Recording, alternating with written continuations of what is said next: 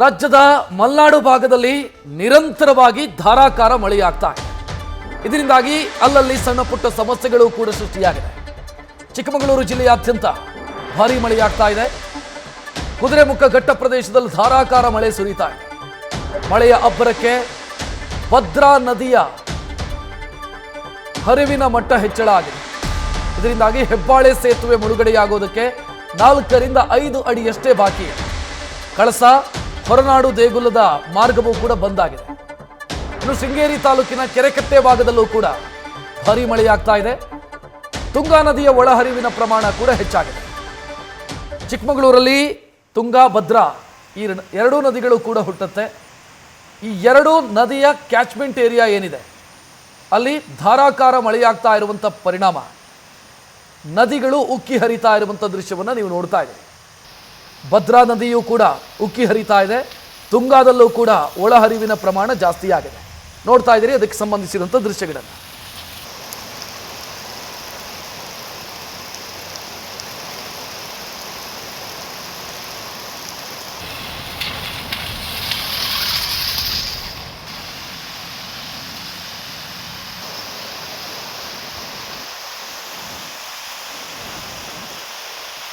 ಈ ಬಗ್ಗೆ ಹೆಚ್ಚಿನ ಡೀಟೇಲ್ ನೀಡೋದಕ್ಕೆ ನಮ್ಮ ಪ್ರತಿನಿಧಿ ಮಹಾರುದ್ರ ಫೋನ್ ಸಂಪರ್ಕದಲ್ಲಿ. ಮಹಾರುದ್ರ, ಚಿಕ್ಕಮಗಳೂರಿನಲ್ಲಿ ಸದ್ಯ ಯಾವ ಪ್ರಮಾಣದಲ್ಲಿ ಮಳೆಯಾಗ್ತಾ ಇದೆ, ಏನೇನು ಸಮಸ್ಯೆಗಳಾಗಿದೆ?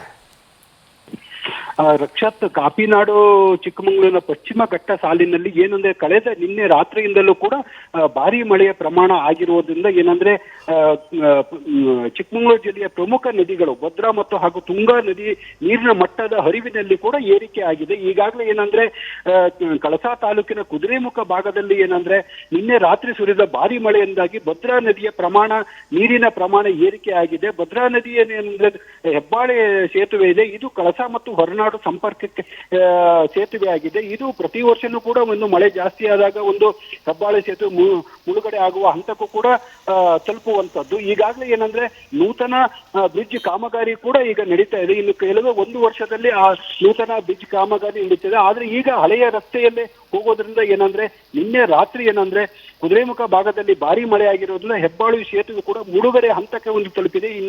ಇನ್ನೇನು 4 ರಿಂದ 5 ಅಡಿಯಷ್ಟು ಮಾತ್ರ ಬಾಕಿ ಮಳೆ ಇದೆ.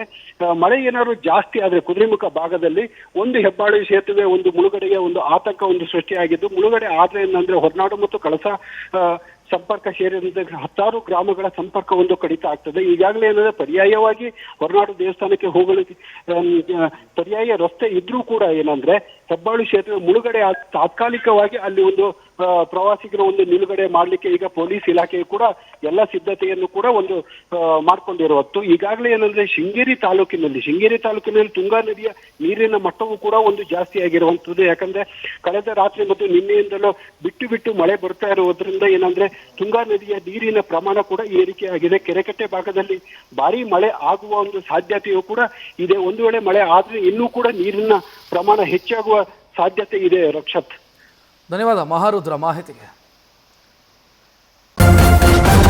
ನ್ಯೂಸ್ ಫಸ್ಟ್ ನಿರ್ಭೀತಿಯಿಂದ ನಿಮ್ಮ ಪರವಾಗಿ.